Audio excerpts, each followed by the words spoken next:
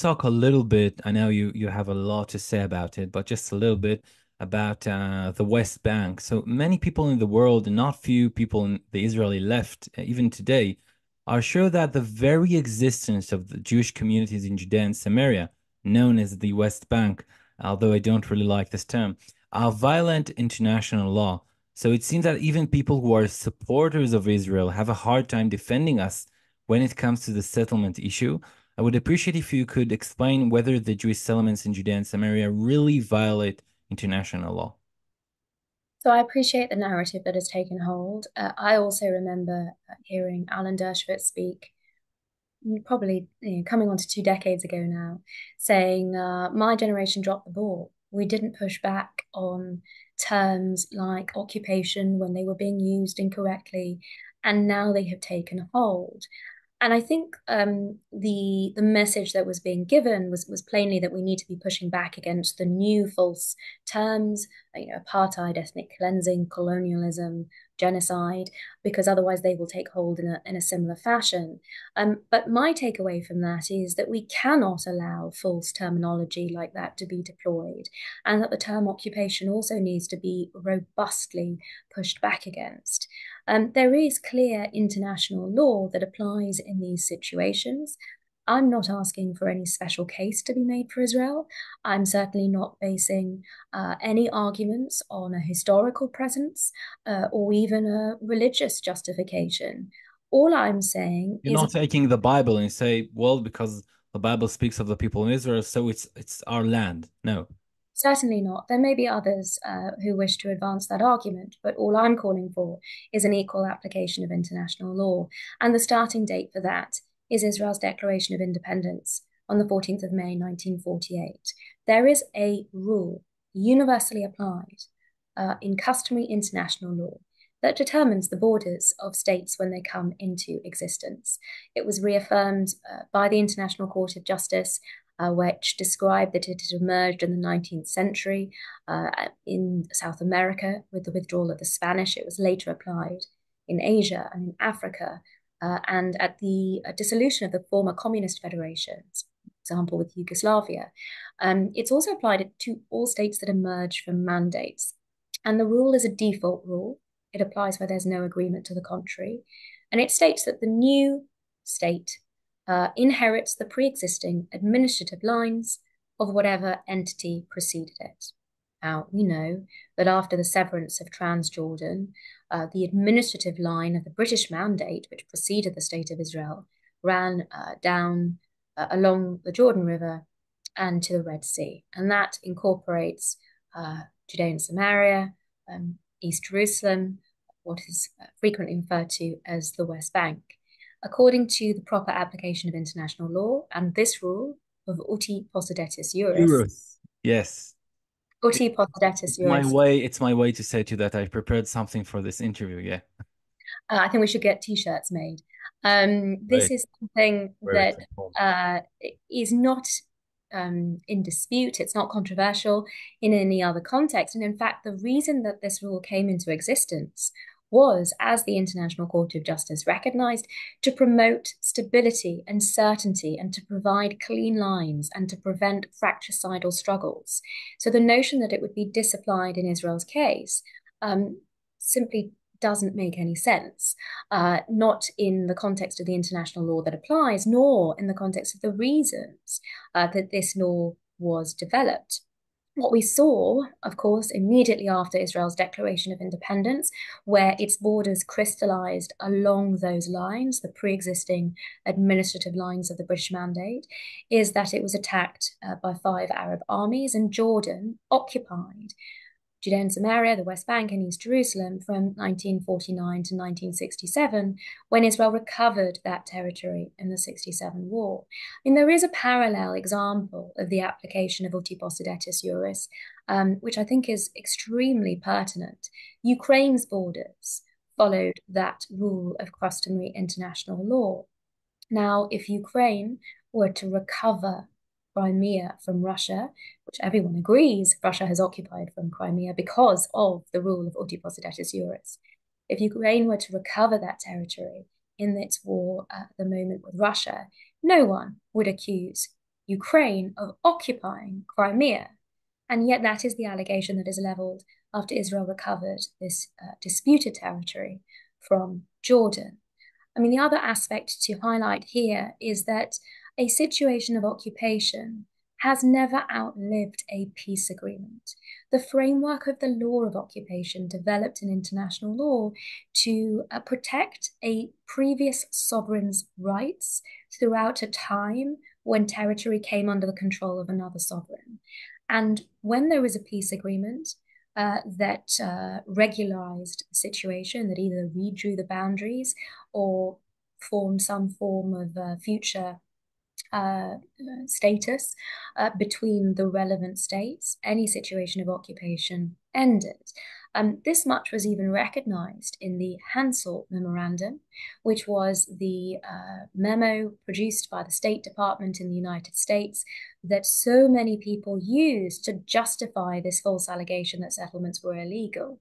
Well, even the Hansel Memorandum recognized that a peace agreement between Jordan and Israel would change the situation. Of course, it was written before the 1994 peace agreement with Jordan. It's important just also to clarify that the legal status, the underlying legal status of the territory, doesn't in any way prejudge what a political resolution should be.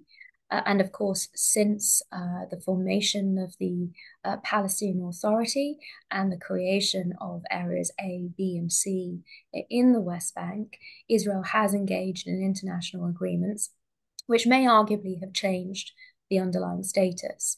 But what you cannot do is say that because Israel applied in 1967 a temporary administrative framework to the territory, where it applied certain aspects of the law of armed conflict, of occupation, you cannot say that that changes the underlying status of the territory. That just doesn't follow through in international law. And there's an added important clarification and example here. Israel did treat Jerusalem differently from the way that it treated the rest of the West Bank.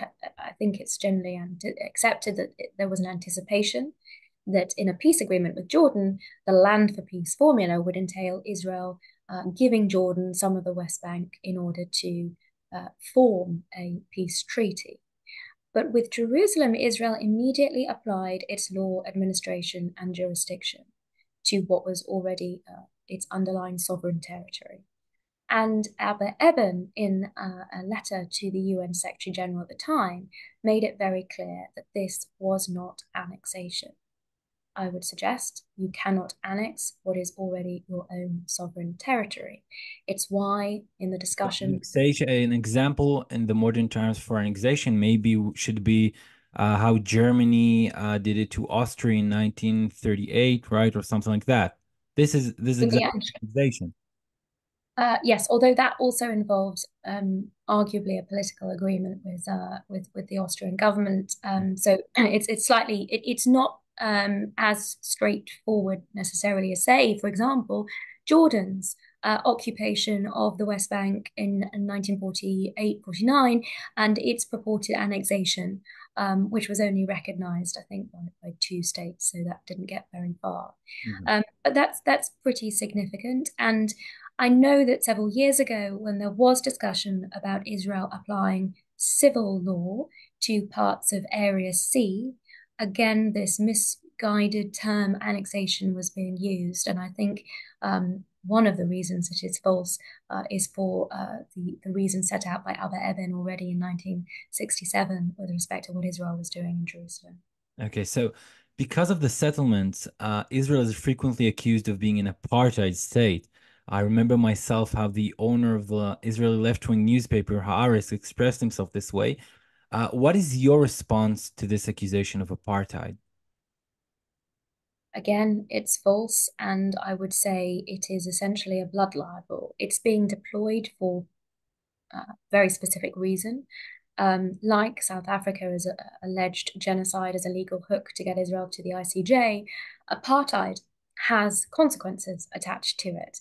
The label of apartheid on South Africa brought with it essentially boycott, divestment, and sanctions, and that is why it has been a key centerpiece of what the BDS movement is alleging against Israel.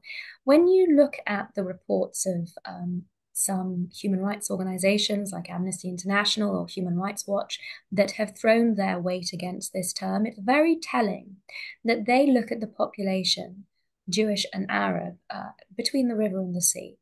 Not only do they negate essentially the status of Israeli Arab citizens, who are the only free Arabs in the Middle East, the only Arabs to live in a real democracy with full equal rights, but they also infantilize the Palestinians and completely take away the existence of the Palestinian Authority and the autonomy that exists, not just in the West Bank in areas A and B, but also, of course, in the Gaza Strip. And we have seen what has happened since Israel's withdrawal in 2005 with full Palestinian control, autonomy, self-governance in Gaza. Hamas has spent the last 16 years embedding itself in the civilian population with its terror infrastructure in every second house by some reports.